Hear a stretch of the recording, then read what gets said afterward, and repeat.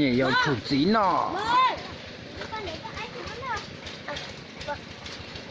哎呦，个不是那我被狗说哎，我说哎呀，就到那里小可爱。你找我，哎对哦，哎看啦哎。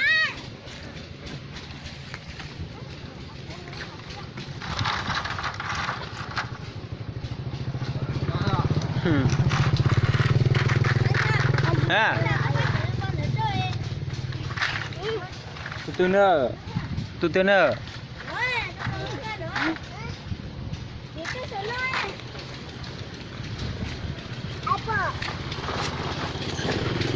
Ủa, ai có mai rồi? Thóc tư hay à? Bạn nên nhắc chưa em?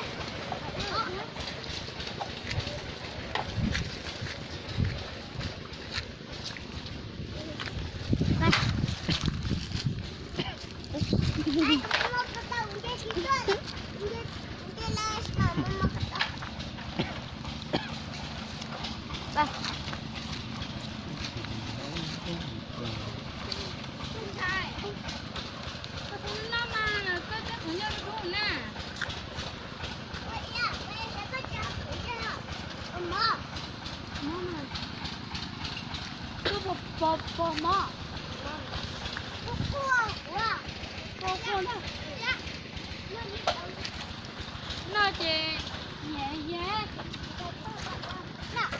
Nó chị nhẹ nhẹ. Nhưng không ai chăng? Chỗ. Chả có là. Nó nghĩ là Em, bông phải là tám đấy hả?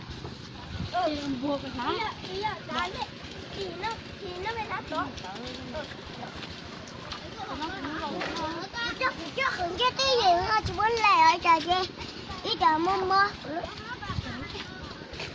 Dạ. Mới chụp bông em mê được chút cho. Chưa tí gì nữa cho có nhiều.